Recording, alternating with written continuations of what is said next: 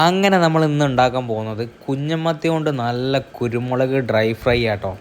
നല്ല കിഡിലനായിട്ടുള്ള കുരുമുളക് എടുക്കുക, എന്നിട്ട് നല്ല കരിവേപ്പില, മുളക്, ഇഞ്ചി, വറ്റൽമുളക്, ചെറിയ ഉള്ളി, ഒരു കഷ്ണം തക്കാളി, ഇതെല്ലാം കൂടി ഇട്ട് നല്ല അടിപൊളിയായിട്ട് മിക്സിയിലിട്ട് അടിച്ചെടുക്കുക.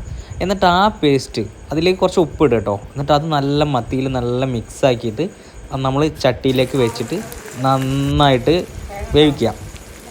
എന്നിട്ട് അതിലേക്ക് കുറച്ച് വെളുത്തുള്ളി ചതച്ചിടുക, അതിൻ്റെ മുകളിൽ കുറച്ച് കരിവേപ്പിൻ്റെ ഇല ഇടുക. കുറച്ച് നേരം ഒന്ന് സ്ലോ ആയിട്ട് കുക്ക് ചെയ്യാം. അടിപൊളിയായിട്ട് നല്ല കിഡിലനായിട്ടുള്ള നല്ല കുരുമുളക് മത്തി ഡ്രൈ ഫ്രൈ നമുക്ക് കിഡിലൻ ടേസ്റ്റ് വെച്ചാൽ കിഡിലൻ ടേസ്റ്റ്.